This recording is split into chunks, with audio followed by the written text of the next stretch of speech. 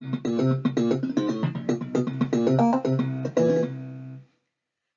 and welcome to another One History Help revision video with me, Mrs. O'Neill. Thank you so much for joining me today. As you can see, we are going to be looking at 1930s USA. Hopefully you've already seen the video on 1920s America, where we focused on the boom years, the roaring 20s, and into the 1930s we're going to be looking at the other side of things following on from the Wall Street crash in October 1929. We are going to be looking at the Great Depression and the bust years. Quite often 20s and 30s are taught side by side with the idea of boom and bust. So hopefully you've got everything in front of you that you would like to have. Maybe you're just listening and just watching and taking things in. Maybe you're making your notes. Hopefully you've got a couple of highlighters as well. And I hope that you find the following video useful. Okay, let's get going. Here's what I'm going to be going through with you over the next couple of slides. Now, I just want to be clear. You may well have noticed between the 20s and the 30s, I haven't actually done any details on the Wall Street crash itself. Now, the reason for that is that at the moment, the syllabus that I teach doesn't actually deal with the event of the Wall Street crash itself. We need to be aware of when it was. 29th of October 1929, a nice easy one to remember because the day is the same as the year, 29th of October 1929. The course that I teach doesn't focus on the economic elements, so that's why I haven't actually gone into it. In the event that one day I teach a syllabus where I do need to be teaching about the Wall Street crash, I will definitely be adding something in there as well. But there's loads of information out there too. But as you can see, we're mainly going to be dealing with how America tries to recover during the Great Depression. Roosevelt's going to be a massive focus for us, as is the New Deal as well. And we're going to kick things off with the consequences of the Wall Street crash. The Wall Street crash happens on the 29th of October 1929. Yes, I know I keep repeating the date, but it is a really important date to be aware of, and it's one that comes up a lot. In terms of the consequences, we're really going to be focusing here on the social consequences. We're going to be looking at the consequences of people who lived in the urban areas and in the rural areas as well. Now, essentially, the Great Depression that follows on from the Wall Street crash is very much based on finances, based on money. So what we notice is that fewer people have the disposable income that they used to have during the 1920s, because suddenly this kind of confidence that was building during the 1920s with the American economy is pretty much ruined overnight. So people become very, very cautious with their money. People stop buying products. And because of that, remember last time in the 1920s, we talked about the idea of supply and demand. The demand for products has gone down. So those companies, those factories that are making products are now going to produce fewer of them because there isn't the demand for it. And if you're not making as many products, you don't need as many people working for you. So there are going to be fewer jobs needed. Companies are losing money because people aren't buying their products. And people are made unemployed because those companies can't afford to pay the people who are working for them. And again, fewer products being made means that there are fewer workers needed anyway. So we're kind of seeing this downward spiral of economic problems here. And when we get this problem of unemployment, it's not going to be easy to just step into another job, because it's not like there's just one group that this is affecting. This is affecting all industries all across America. So finding new work is going to be really difficult and very, very competitive as well. You would have learnt some statistics or been told some statistics about the consequences of the Wall Street crash on unemployment. And I often find when it comes to remembering stats and data that it's all well and good. I mean, if you've got the kind of mental capacity and a memory that helps you to remember lots of facts and lots of numbers, then that is great. Personally, my brain doesn't work too well in that way. I can get a bit bogged down in the data side of things. So I like to make it nice and easy for my brain to remember. So rather than having here's one to compare it to that, the statistic that I always recommend my students to remember is this one here. In 1933, so we're talking early days of Roosevelt being in power, 25% of the American population were unemployed. Now, by the American population, I mean the American working population, because obviously you're going to have older people and young people who can't work anyway. So we're looking at 25%, a quarter of the American population, working population, who are unemployed. For me, 25% sticks in my head nice and easy. It's a quarter, something that I can remember there. A nice one to be able to reinforce. Data, statistics, are a great bit of specific knowledge that you can include in your answers. Remember, specific knowledge, 4 things: dates, names, facts, statistics, and terms. Okay. We would have talked about this a little bit in the 1920s video as well, that the banks were very willing to lend money to people. There was lots of kind of reckless habits going on with the banking during the 1920s. And a lot of people who entrusted their money into a bank for their savings found that they lost their savings completely. I'm not going to go too much into why that happens. It's quite well, not an overly complicated process, but I don't want to get too much into it at this stage, but about in terms of how banks use people's money and everything like that. But anyway, people who put their savings into a bank and when the banks collapsed would have lost their money completely, and along with losing their jobs would have been forced into huge levels of poverty. Some of these people lived in Hoovervilles. Now, I know Hoovervilles is a really common icon from the early 1930s, and they are named after the president who was around during the time of the Wall Street crash and into the early 1930s as well, President Herbert Hoover. Now, we're going to talk about him very shortly, but essentially he dealt with the Great Depression really quite poorly. And a lot of that is to do with his Republican attitudes. Again, we'll get to this in a second. And eventually, on the kind of outskirts of the big cities, you've got these kind of slum areas where those people who were forced into poverty and had to, as a last resort before ending up homeless, a lot of them actually started living in these slum areas where they would have these houses made out of corrugated iron. And these little areas, almost like refugee camps, became known as Hoovervilles. And yes, it was meant as a massive insult towards President Hoover himself. We already know that the 1920s was a really, really difficult time for the farming community, and the 1930s are going to make it so much worse.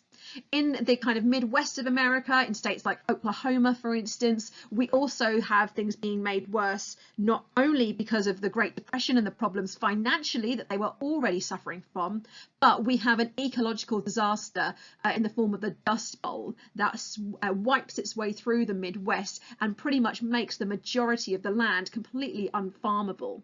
Now, a lot of these farming communities are faced with the decision of, do they stay where they are, try and ride through the worst of the situation and hope that things will turn around, or do they sell their farm and leave and try and start a life somewhere new? Now, several of these people tried to do that, leaving places, like I said, Oklahoma and Arkansas, and rather than moving towards the east, would instead move towards west, towards California. And the reception when they got there was really hostile, because essentially they're going there looking for jobs, forgetting, and maybe, well, I say forgetting, maybe they are a little bit ignorant to the fact that actually the whole of America is having this problem at this time. And so a lot of these farming communities that go into California get a really bad reception and are essentially told, go back where you came from. A lot of farmers have their land confiscated from them by the banks because they can't afford to pay their mortgages, but I don't want to go into that too much because it is something they were already suffering from during the 1920s. Oh, yeah, just talking about that idea of trying to move to California.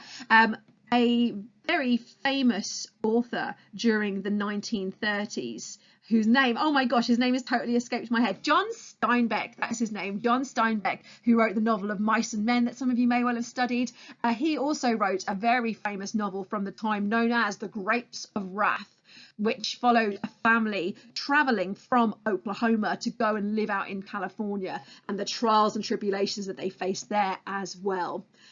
Only reason I'm mentioning that, who knows, maybe you might get a source from it or something like that. But just to say that it was becoming kind of public knowledge, the kind of plight of the farming communities during the 1930s and the Great Depression.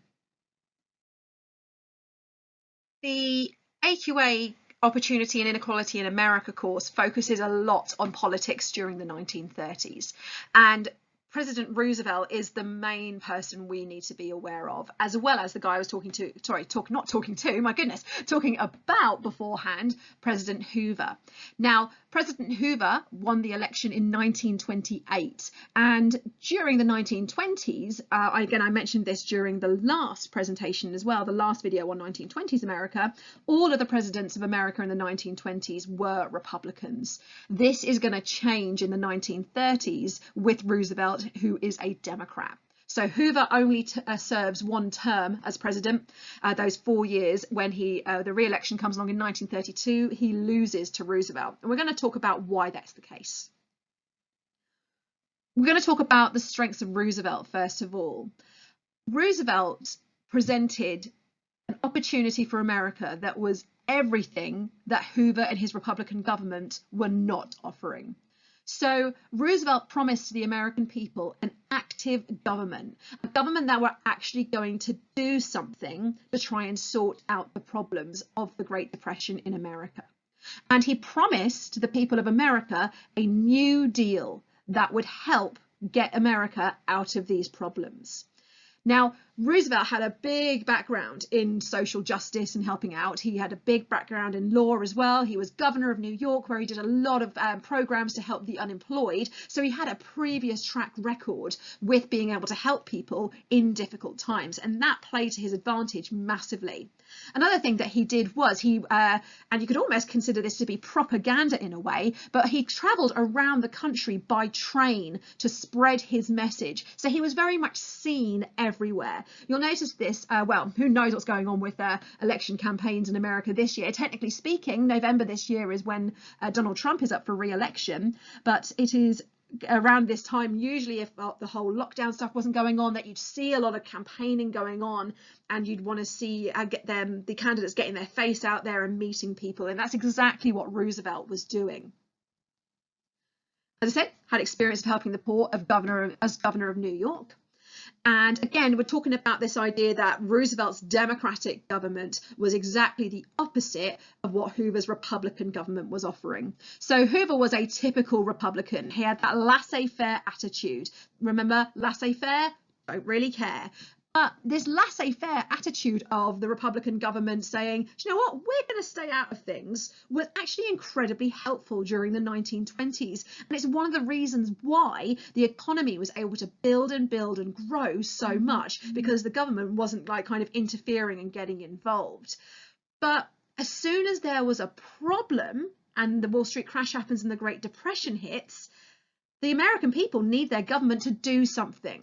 Whereas the Republican idea of laissez-faire, and also another phrase I haven't mentioned in here, but you may well have come across, rugged individualism, dictates that actually, you know what, in these hard times, this is the time when you need to pull your socks up and get yourself out of these problems, because that's the American way. That's what the Republicans would believe. So that laissez-faire, don't really care attitude was not helping people in the 1930s. Hoover, sometimes some people feel gets a bit of a bad rap, and there were things that he did want to do, but he was being blocked by Republicans in the Supreme Court and so on and so forth.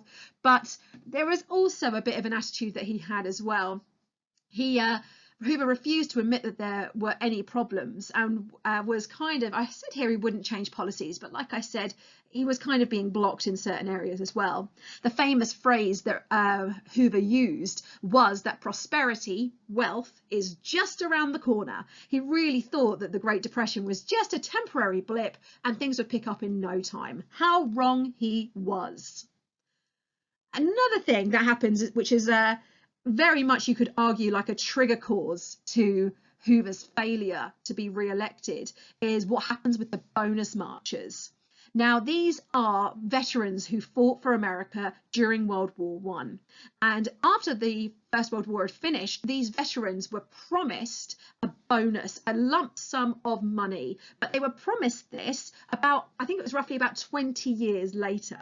Now, the issue was that it's all well and good promising the veterans that money, but actually they could kind of use that money during the Great Depression. This is the time when they need that money most. So the veterans gather together and they march on Washington. They go to Washington to see Hoover, and they do this big protest, completely peaceful, and they are refused by Hoover. And what I mean by that is Hoover refused to see them, but also refused to give their bonuses to them. And they kind of camp out on the lawns of the White House nearby, and they are there for quite some time, several weeks going into months.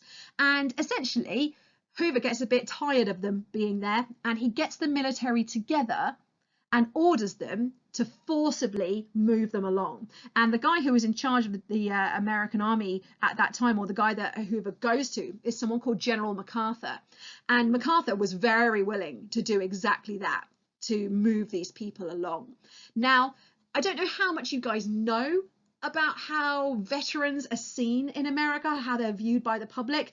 They are heroes.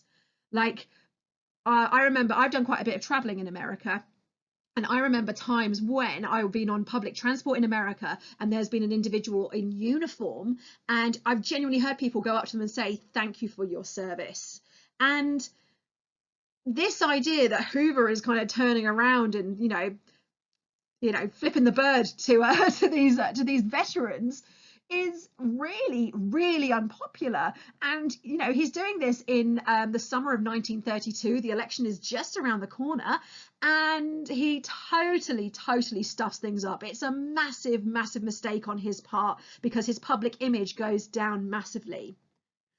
And then when the election happens in November of 1942, it is a landslide victory for Roosevelt, FDR, and the Democrats, where 42 out of the 48 states of America voted for Roosevelt as opposed to Hoover. If you're wondering why I'm talking 48 states and not 50, at this time, Hawaii and Alaska are not part of the United States. So, massive victory. And at this time, it was the biggest loss that the Republicans had ever faced. At that time, that changes a couple of years later when FDR is re-elected again in 1936, and he defeats them even more so. But we'll talk about that in a little bit. Generally speaking, an American president is very much judged by what they do in their first 100 days in office. Now, forgive me, I don't know what you already know about American politics, but how it works is that the presidential election takes place in the November, but then they don't actually start the job as president until the January, which is when they have what's called their inauguration, where they make their speech in front of the Capitol building in Washington, D.C. So we're going to be looking here in the early stages of 1933. Roosevelt is elected in November 1932. His first 100 days will be at the beginning of 1933. The first thing he does is he sets out his priorities, and understandably they're all to do with trying to get America back on its feet again, dealing with the Great Depression, sorting out problems with banking, ending unemployment, giving help to the vulnerable members of American society, and recovering industry and agriculture. Those are the four main areas that we are going to be focused on, and they are the four main areas that his New Deal will cover, and we'll talk about the New Deal shortly. In March 1933, we have the Emergency Banking Act, and I've always thought, I mean, I'm a bit of a fan of Roosevelt anyway as an American president, but I've always thought that this was just a remarkable achievement. So what Roosevelt orders is that every single bank in America is closed down, and every single one is examined, and the practices that they have been using is looked into, just the state of how much money has been lost is looked into, and those banks that can be saved are the ones that will be reopened, and if they can't be saved, then they'll be closed down altogether. And this all happens over the space of 4 days, which I think is just incredible. 4 days. And after that, 5,000 banks are able to be reopened. Now, don't get me wrong, this doesn't mean that suddenly banking is sorted out, all the problems are gone, because there still has to be a bit of a growth period needed. But essentially, through the Emergency Banking Act, and by doing a little bit of what we would call an audit, who's working, who isn't, which bank is working, which ones aren't, and also putting some laws in place that ban some of the irresponsible banking practices that were going on in the 1920s, FDR is confident that banking is definitely moving in the right direction. One of the ways that Roosevelt was almost a bit of a modern president, you could argue, is not only with his train rides he was doing all across America, but that he knew that the vast majority of people in America owned a radio. And he wanted to make sure that he could let them know exactly what it was that he was doing. And he used to do these broadcasts on the radio every so often, known as his fireside chats.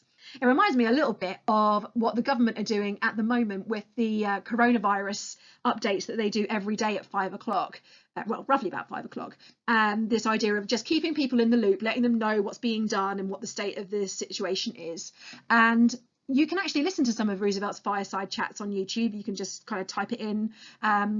And one of the things you'll notice when you listen to them is that the way that he speaks and the language that he uses is intended to be very simple, straightforward, and understandable by all, especially when you're thinking about stuff like banking and finance. I think even I would find it difficult to follow along with the real complicated elements of what was going on, but Roosevelt communicates it in such a way that actually it's very, very straightforward for people to understand, and they feel well informed and therefore a lot more trusting of what FDR is doing.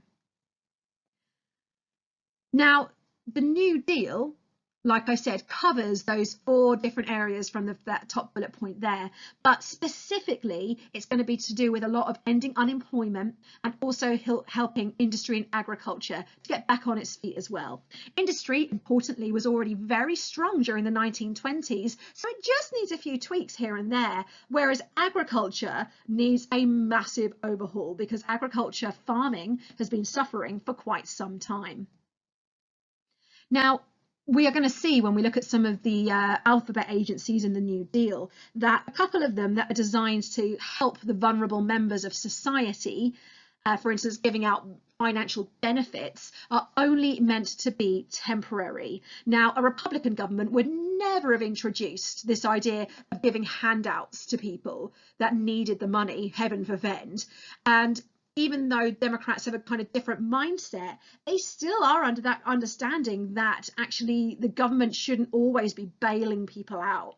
For instance, the idea of the health service in America, as some of you may know, is not one that works like the NHS. It's not a nationalised health service at all. It is a private health service. So, for instance, if you want medical care, you have to pay for it. So these kind of roughly outline what Roosevelt does in his first 100 days. And now we're going to look at the New Deal and some of those alphabet agencies specifically. The first New Deal comes in pretty quickly in 1933.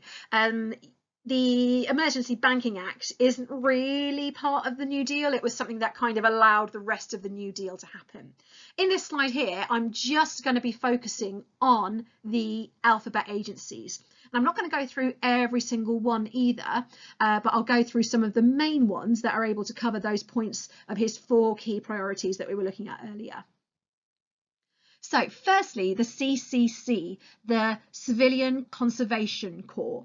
Now, just so you know, the way that I advise my students is that I say you don't necessarily need to know what all the letters stand for, but you do need to know what the alphabet agency does. Okay, you do need to know what the alphabet agency does. So the CCC, the Civilian Conservation Corps, was an environmental-based project, which was very much aimed at young people. It was to do with building dams, cutting down trees, draining swamp areas, and essentially you need physically fit people to do that. It was long hours of hard physical labour, and the wages they were given were very low. And there was an issue where, for instance, they had to wear a uniform as well, and some people felt that the kind of work that they did was so difficult in terms of physically demanding, and their wages were so low, it might as well have been slavery.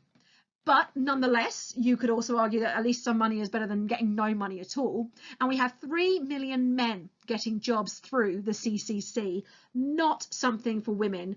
I'll talk more about women in the New Deal a little bit later on. But again, the CCC is very much a project aimed at the young people because of the nature of the hard physical labour that was needed. Next, we have the Agricultural Adjustment Administration, the AAA. Again, remember, you don't need to know what they stand for necessarily, but you do need to know what they did. And the AAA is to do with helping farmers. Now, we know that overproduction was a massive problem for farmers in the 1920s, where they were still producing too much food for the population that was there. And this continues still into the 1930s. And the way that the AAA worked was that the government would buy some of the surplus crops, the additional overproduced crops that farmers were making, and they would get that little bit of compensation, but essentially those crops would be destroyed because the demand wasn't there. What we noticed, just kind of looking at this a little bit further out than just America, is that during the Great Depression, during the 1930s, countries become very isolated and international trade slows down massively. So it's not even a situation that America could try and sell that product to other countries, because other countries who are also being affected by the depression cannot afford to buy it from them. So essentially the only option is to destroy the surplus crops. The AAA also gave some farmers new machinery like combine harvesters, but you can also see that as a bit of a negative as well, because this is what happens in Britain during the Industrial Revolution. When you start to introduce machinery, you don't need the human beings to do the job. So for instance, here, when a farmer gets a combine harvester, you suddenly don't need X number of men ploughing your fields, so you don't have to keep them employed. So we're going to see a lot of people losing their jobs on farms because of this new machinery.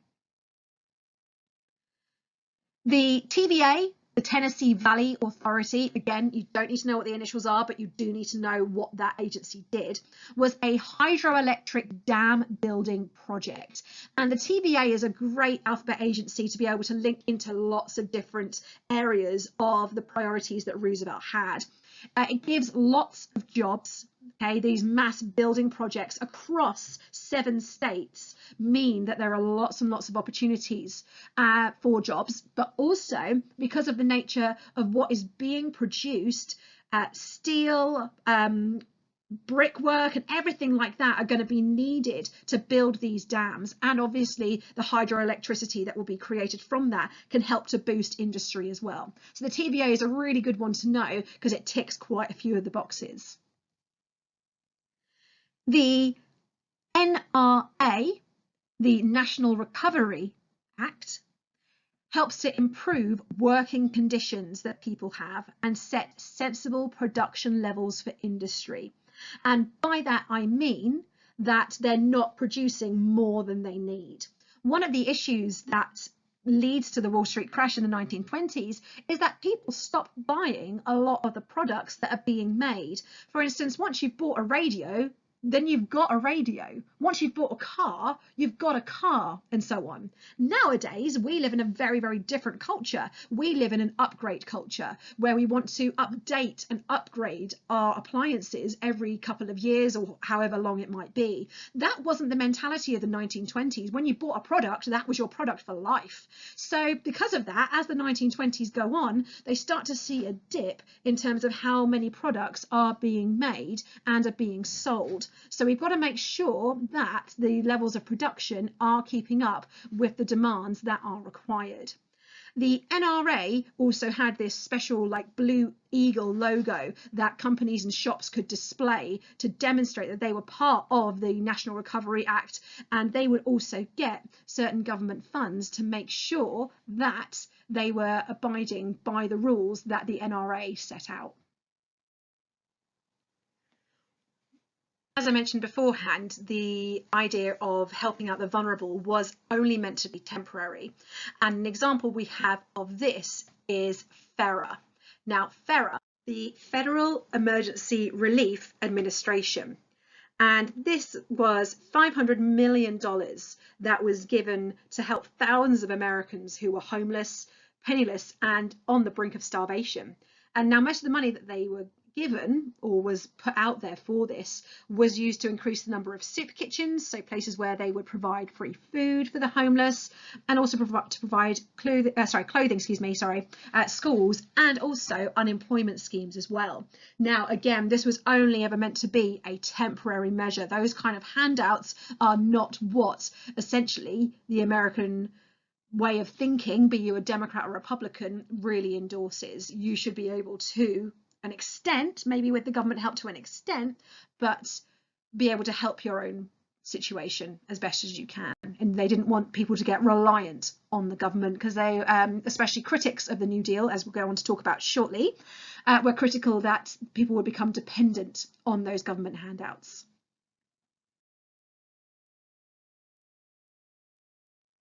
The second New Deal comes along a few years after the first New Deal. Now, generally speaking, it's unusual, I'm trying to think of what I've seen in an exam situation, for them to divide it into first and second New Deal. So generally speaking, if you see the New Deal written down in an exam question or in a source, they're talking about both the first and the second. If they need you to be specific, they will say so. But I would be really surprised if they did need you to be specific.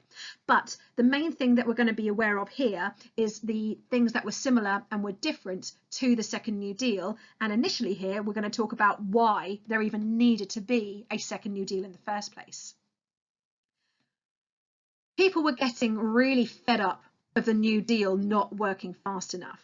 And one of the things they were able to do at this time was to compare how quickly countries in Europe were recovering from the Great Depression. So we're talking around the time the second New Deal is introduced, we're looking at 1935, 1936, around that kind of time. And by that time, although a tricky country to compare to in the 1930s is Nazi Germany. But Nazi Germany are recovering from the Depression far, far quicker than America was. And the reason people were aware of this is because, to an extent, it was being reported in newspapers, especially those newspapers that were critical of Roosevelt and the Democrats. But also, we still have a lot of people going to the cinema at this time. There's an industry that wasn't letting up whatsoever. Movies are still being made, albeit they're kind of watching their budgets at this stage. And remember, and I talked about this during the 1920s video, that when people went to the cinema, they didn't just see the film, they saw advertising, much like we do today, but also they would have seen newsreels and news footage as well. And they would have seen other countries actually making those improvements. On a very, very small scale, you could also argue that some Americans were aware of what was going on in Europe because, remember, we've got a very large immigrant population, and they may well have heard from people back home about how much better things were getting, whilst in America, things just weren't changing fast enough. Now, FDR was up for re-election in 1936. So that's his time. That's his 4 years of his first term over and done with. And he needed to show that he was listening to the American people if he wanted to be re-elected. So he listened to the American people. He listened to what it was they liked about the New Deal and kept those, and he got rid of what they didn't like. And that's where the second New Deal comes into it. So the Tennessee Valley Authority, the National Recovery Act, the Civilian Conservation Corps. And we've got two alphabet agencies here that I didn't mention in the last one, the HOLC, the Home Owners Loan Corporation, which did exactly what it sounds like, provided loans for homeowners to help them pay their mortgage. The NIRA, the National Industrial Recovery Act, which is what the NRA was part of, and also the FERA, that idea of giving handouts to the homeless, they were all kept from the first New Deal. And especially that last one, the FERA, the one that was giving those handouts, that was a real sticking point for Roosevelt, because remember, it was only meant to be temporary. So those are the things from the first New Deal that are kept into the second New Deal. The Agricultural Advancement Administration, the AAA, is replaced by something known as the Resettlement Act. And essentially what that does is it moves farmers onto better land. And this is particularly important at this time because by the time Roosevelt is up for re-election, that is when the Dust Bowl has hit. When Roosevelt is first elected in 1932, the Dust Bowl hasn't been a problem. But now this idea of needing to relocate farmers is even more important because of the Dust Bowl happening and a lot of that land, especially in the Midwest, being unfarmable. There is a key term for land being unfarmable. Infertile? It will come to me, I'm sure. Another thing that they set up as well is something known as the Social Security Act. So this is something new that is brought into the second New Deal. Notice it's not being initialized, so it's not technically an alphabet agency. The Social Security Act was, again, looking after those vulnerable members of society. It gave pensions to the elderly and then provided help for the sick, disabled and the unemployed. It is very, very similar to the national insurance that we have in our country today, because that's exactly what the national insurance payments that go out of people's wages go towards, helping the vulnerable members of society. Again, much like the FERA, the Social Security Act was only meant to be temporary. Now, I haven't mentioned it on here, but the second New Deal ideas that Roosevelt puts out there during the time when he's campaigning for re-election are incredibly successful. And when the election happens in 1936, he wins by an even bigger margin than he did before. To this point, 46 out of the 48 states vote for FDR, and that is the biggest defeat that the Republicans had faced. And it was a massive endorsement for Roosevelt and everything that he was doing. As is typical in politics, the New Deal faced opposition. All political ideas face opposition. You've only got to watch a clip from Prime Minister's Questions that are usually hosted on a Wednesday in our country to be able to see that idea. But the New Deal faced a lot of opposition, as well as getting a lot of support as well, I might add. And it was a real kind of damned if you do and damned if you don't situation. And that's because the two main arguments that people had about not liking the New Deal is that on the one hand, people felt that the New Deal was doing too much and interfering in people's lives too much. And then on the other hand, some people felt that the New Deal wasn't doing enough and wasn't going far enough to help people. So again, damned if you do and damned if you don't. Probably comes as no surprise that the Republicans thought that the New Deal was a complete waste of money and was making the population lazy and reliant on the government. It went completely against their laissez-faire attitude. And so, of course, it really makes sense that they wouldn't like the New Deal, because that idea of active government that Roosevelt promoted was not their thing at all. And just because we've got a lot of people voting for Roosevelt doesn't mean that Republican ideals still aren't present in the country. They just might not be as particularly loud as they had been. But as we're going to see, in the government itself, and especially the Supreme Court, the Republicans still had a lot of power. We've got three examples of radical individuals who felt that the New Deal could be doing more to help the poor. We've got Dr. Francis Townsend, who set up these things called Townsend Clubs, and he was very interested in particular with helping out the elderly. The last slide that we were looking at to do with the second New Deal, looking at the Social Security Act, was essentially an idea that Dr. Townsend had, where he came up with this concept that the elderly would be given a certain amount of money each week. Each month, excuse me, my apologies.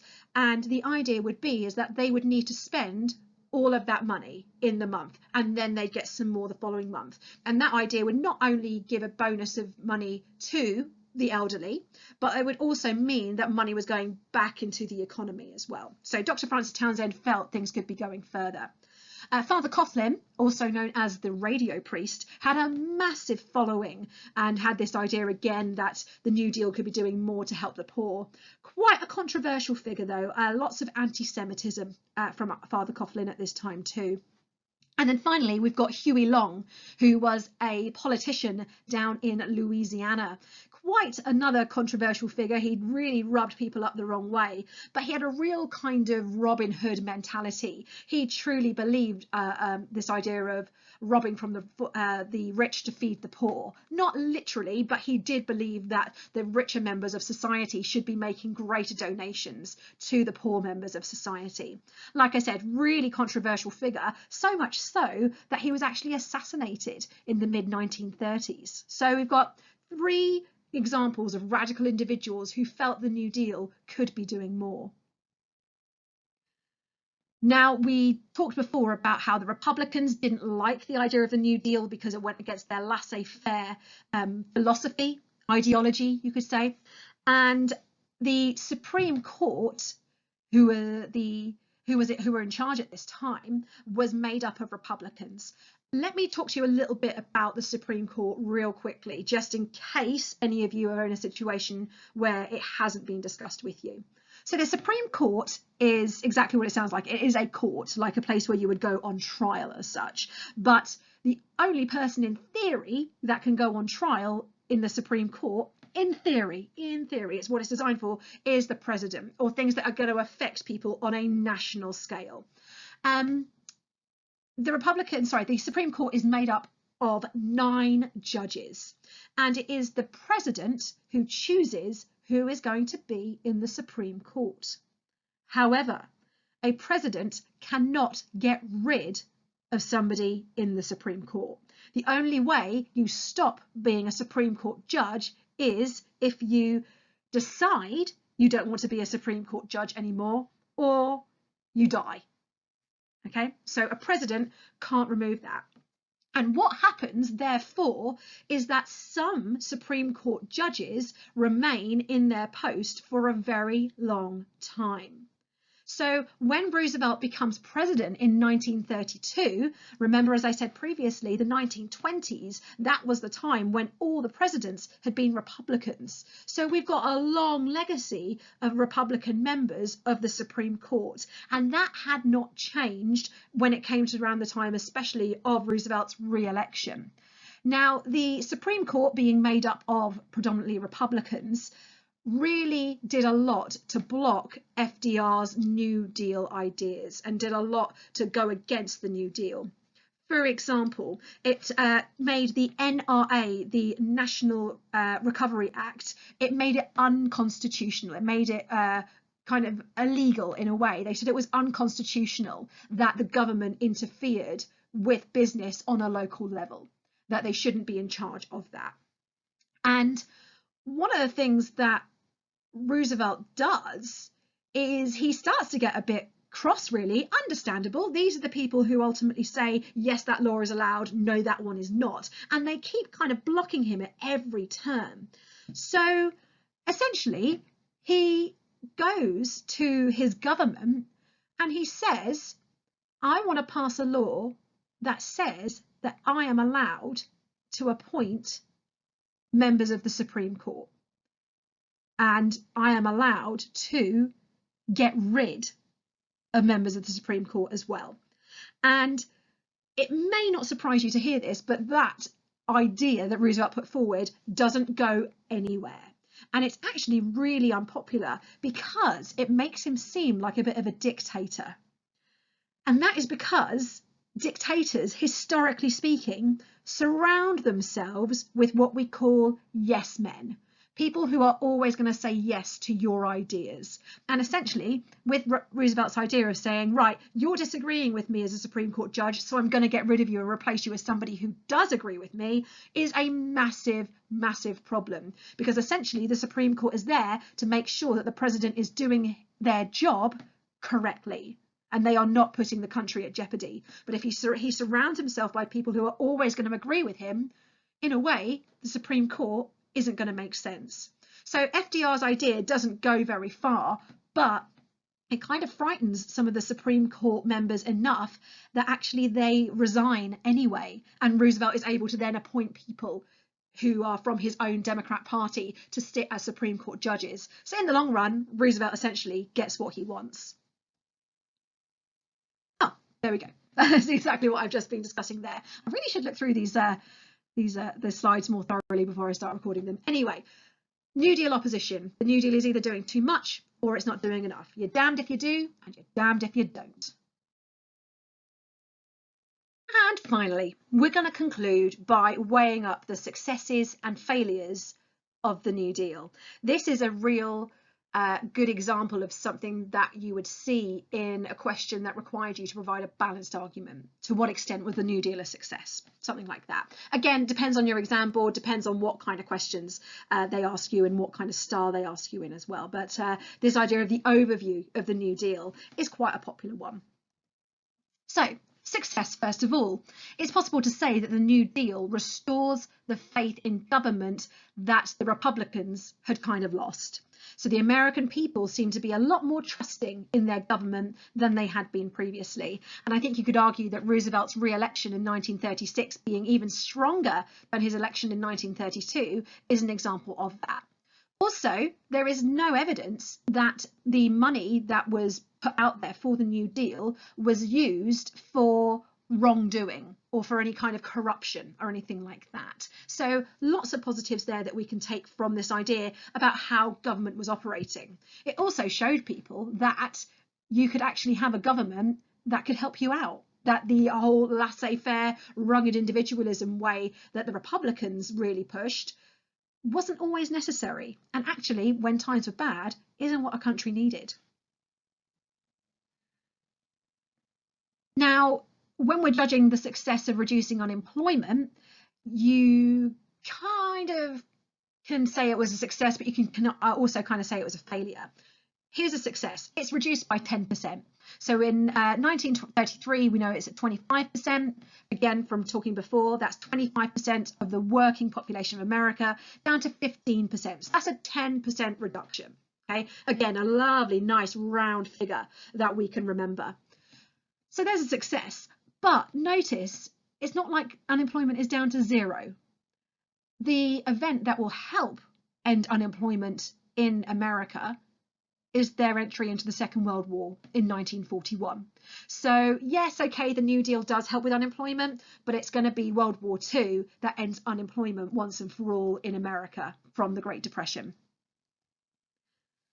Looking a little bit into specific groups in America at this time, we've got 200,000 Black Americans getting work through New Deal agencies, alphabet agencies like the CCC.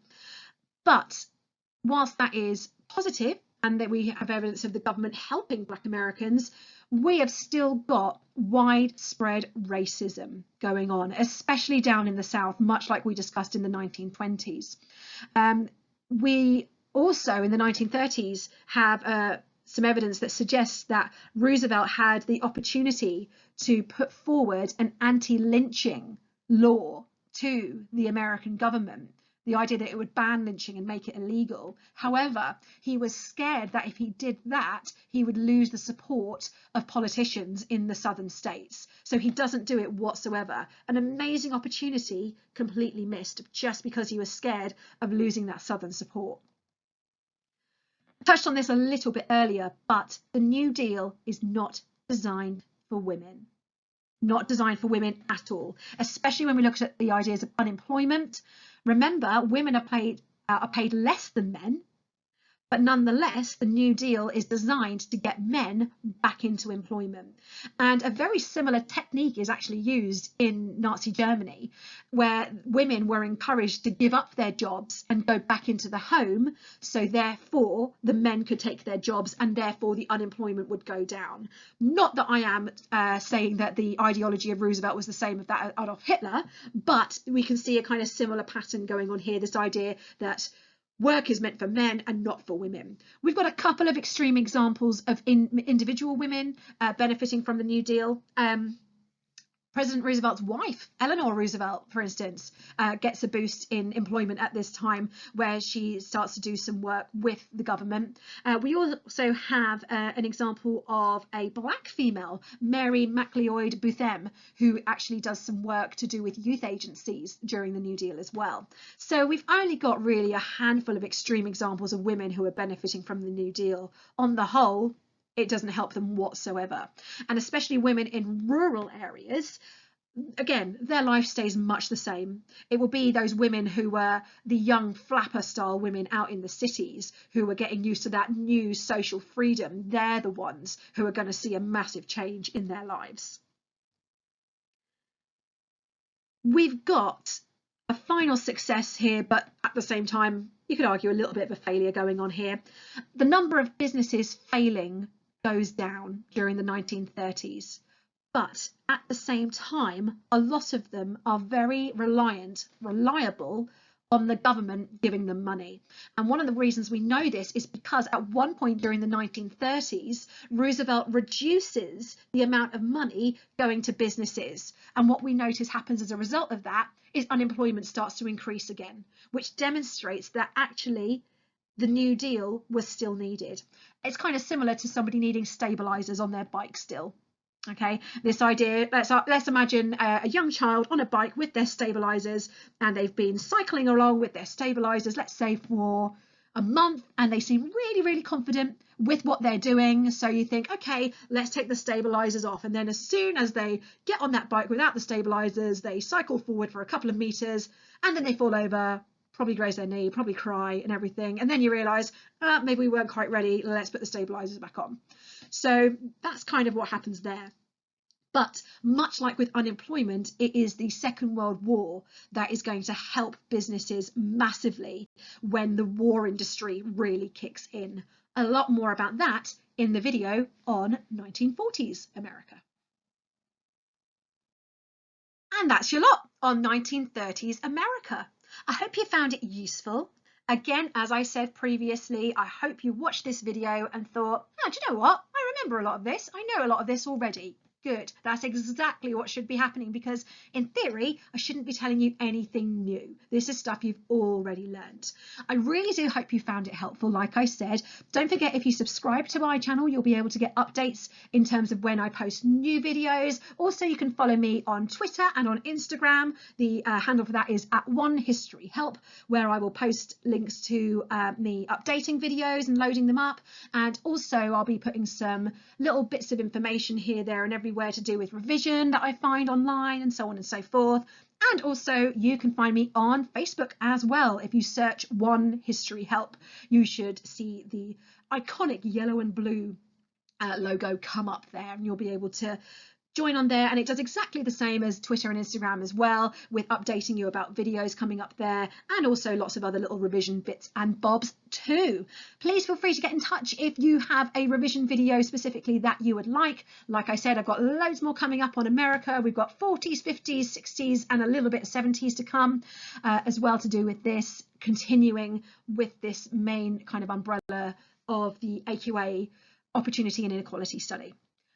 Thank you so much for your time, everybody. Enjoy the rest of your day, and I will see you soon on another One History Help video.